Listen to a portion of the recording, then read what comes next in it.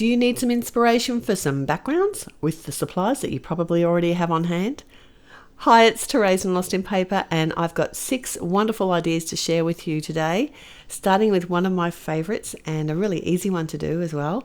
I'm going to be doing a watercolour striped background. So I have got some watercolour cardstock here, and I've grabbed a nice wide brush. Now, I am using my Ultra New Artist's watercolours, but you could use whatever you have on hand. One thing to be aware of, if you are mixing colours, make sure that you mix enough for your whole project so that you're not trying to rematch a colour afterwards. And that's one thing I do like about these pre-mixed colours. It's already exactly where I want it to be. And that's background number 1. How easy is that? So a simple background can be so much more. So if you hang around to the end of the video, you'll be able to see 6 cards made using these 6 backgrounds. Now my second idea here is along the very same lines. This is a direct ink to the background. So I've literally just got the ink pad and I'm swiping it across the background to create my stripes. You could do whatever pattern that you want. I do find that the smaller ink pads are usually easier to manage for this technique.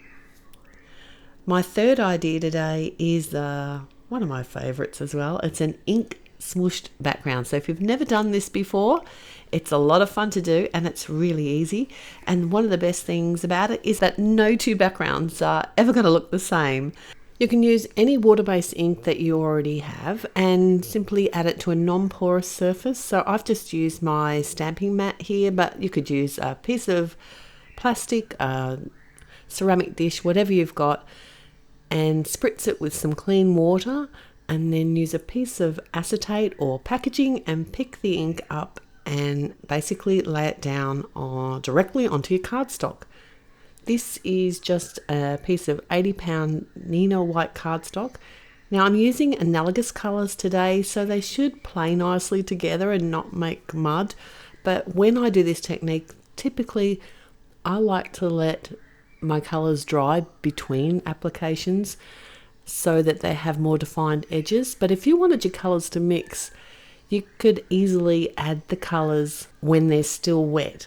Or if you want to speed things up, you could simply use a heat tool to speed up the process. Now I will link everything that I can either in the description or at the blog post. You can find it there, but not everything's going to be available because I've used some older products today. These are things that I took away camping and coloured, and it feels really good to use them up on my projects. And I wanted to give you some ideas to use these backgrounds for.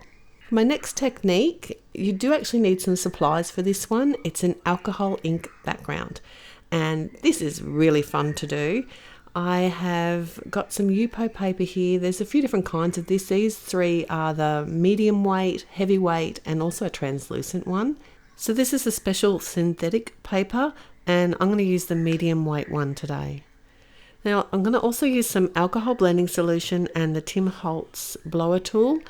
You can use a straw if you don't have one of those. Just don't inhale the fumes of these alcohol inks because they aren't very nice.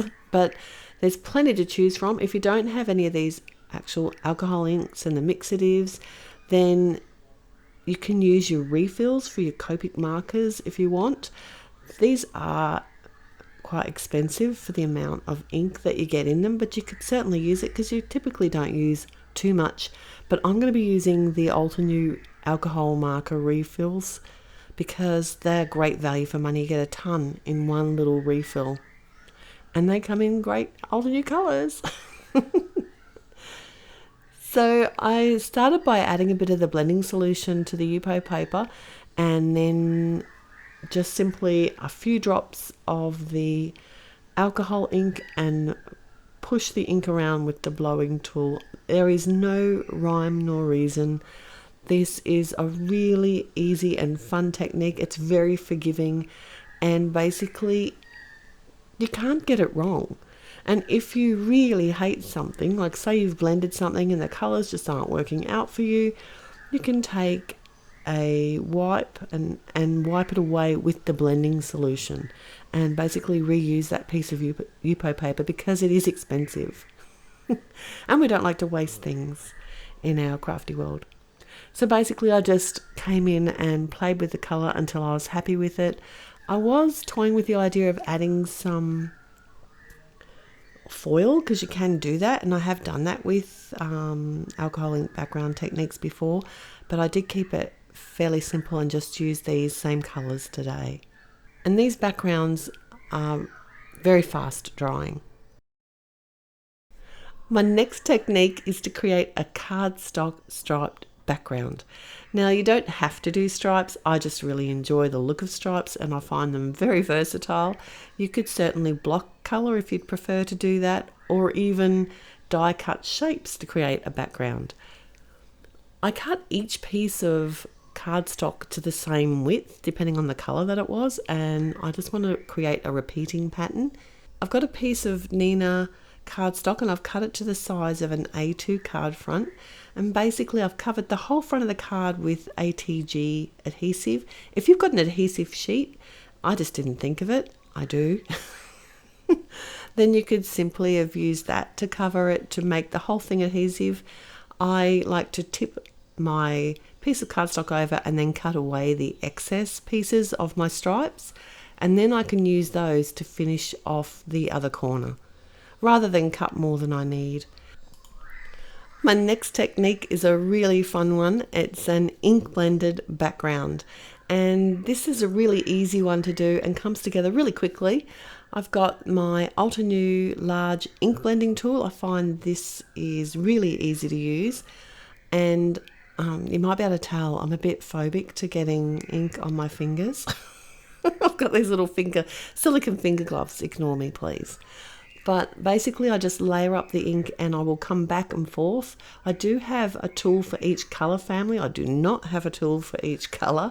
That would be wasteful because they are really easy to clean just on some paper towel in between colours anyway. So if you just wanted to try one, you could certainly get away with that. And I wanted to add a textured effect, so I've got some clean water that I'm just flicking over the background, and I'm using a clean paper towel just to dab that water away, and it just adds that little sort of white flecks throughout the background. It looks really pretty. And speaking of pretty, let's see them all together now. I had such a fun time creating these 6 backgrounds, and they're all using products that I have on hand. No special tools or anything like that really, and I have more background ideas to share with you coming up real soon. And I hope you like how these cards came together. I really love to colour, so when I go on holidays I do take some pre-stamped images with me and just relax by colouring. I wonder if you do the same. Let me know in the comments below if you do your hobby while you're on holidays, or do you have a break.